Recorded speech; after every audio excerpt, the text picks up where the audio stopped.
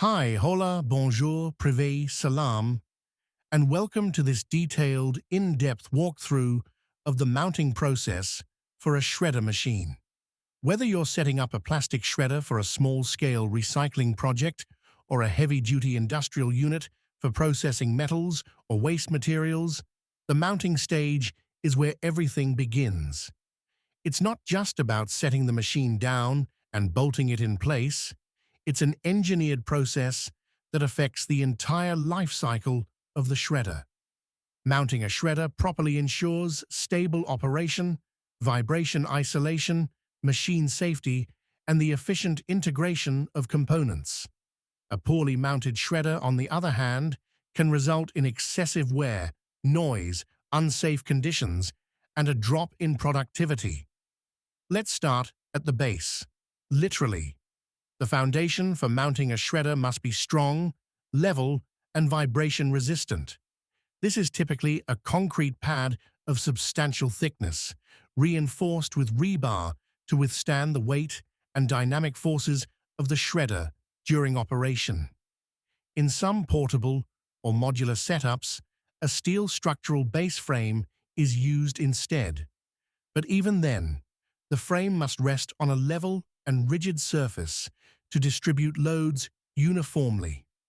Depending on the shredder's power rating and intended usage, this foundation might be engineered specifically for the machine's size, torque output, and operating environment.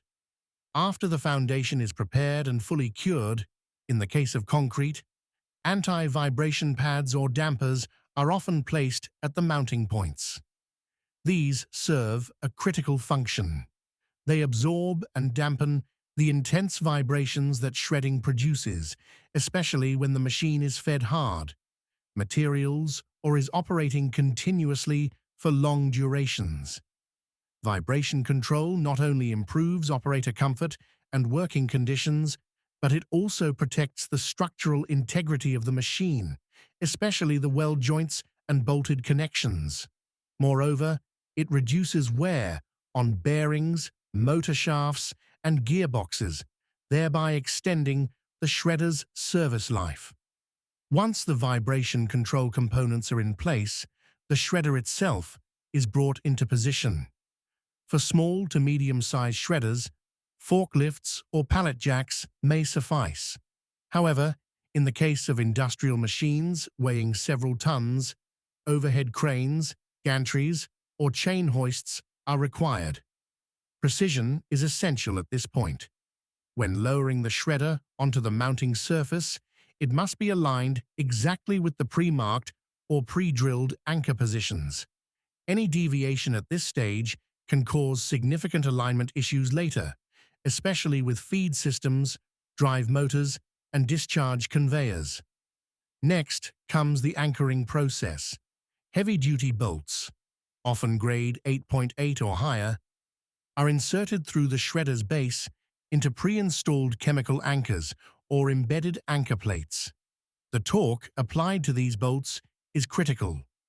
Under-tightening may cause the machine to shift during operation, while over-tightening can distort the frame, especially at the feet, which may lead to frame cracking over time or misalignment of the internal shredding shafts. Manufacturers typically provide specific torque values for each bolt size and class, and these must be adhered to using calibrated torque wrenches. Grouting is sometimes employed under the shredder frame if the mounting surface isn't perfectly level, or if there are slight gaps between the machine base and the concrete pad. Non-shrink grout is used to fill these voids and provide full surface contact between the base and the foundation, ensuring uniform load transfer. Once cured, the grout essentially becomes part of the structure, enhancing stiffness and resistance to shear loads. This step is especially important for high-capacity shredders that process dense or irregular materials. With the shredder now firmly mounted, attention shifts to the surrounding layout and ergonomics. A shredder doesn't work in isolation. It is part of a broader material handling system, which often includes input hoppers, feeding conveyors, discharge chutes, sorting lines, and safety barriers. These components must be aligned and secured relative to the mounted shredder. The infeed system, in particular, needs to feed material directly into the cutter housing without gaps, friction points, or dead zones where material could get stuck. Misalignment here can lead to inconsistent feeding, machine jamming, or unnecessary wear on the cutters. Once all physical components are in place, the electrical integration begins. The control panel, often mounted nearby or on the frame itself, needs to be connected to the shredder's motor, sensors, emergency stops, and optional devices like hydraulic actuators or PLC units. Cable trays and flexible conduits are installed to protect the wiring and to prevent accidental damage from vibration or material spillage. In large-scale setups, cables are routed through underground trenches or elevated racks for improved accessibility and safety. Motor alignment is another critical task at this stage. Whether your shredder uses a direct drive motor, a belt and pulley system, or a gearbox, the motor must be mounted in perfect alignment with the driven shaft. Misalignment causes increased load on bearings, higher power consumption, and ultimately premature failure. Laser alignment tools or dial indicators are often used to achieve precision alignment within specified tolerances. After the electrical and mechanical connections are verified, grounding is completed using copper bonding straps or rods, and insulation testing is performed to ensure system integrity. Before commissioning the shredder, a detailed inspection checklist is followed. This includes checking all fasteners, verifying lubrication levels, ensuring the rotation direction of the motor, and testing the functionality of limit switches and overload sensors.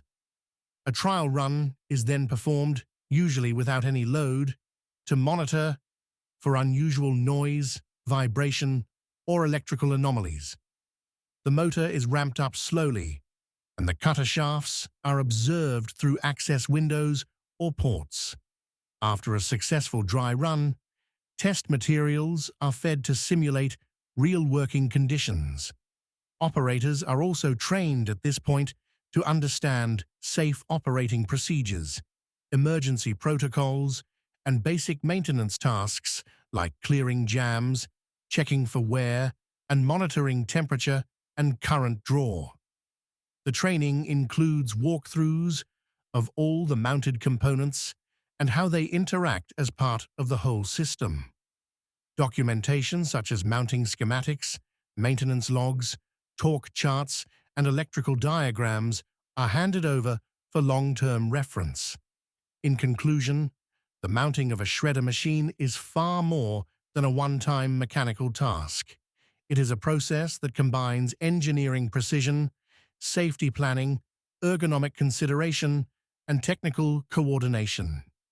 From the first anchor bolt to the final electrical connection, each step in the mounting process determines how well the shredder will perform under pressure. A properly mounted shredder not only delivers optimal performance, but also ensures the safety of its operators and the longevity of the entire shredding system. Investing time and effort into getting this foundational step right pays dividends for years to come in the form of smoother operations, fewer breakdowns, and consistent output quality.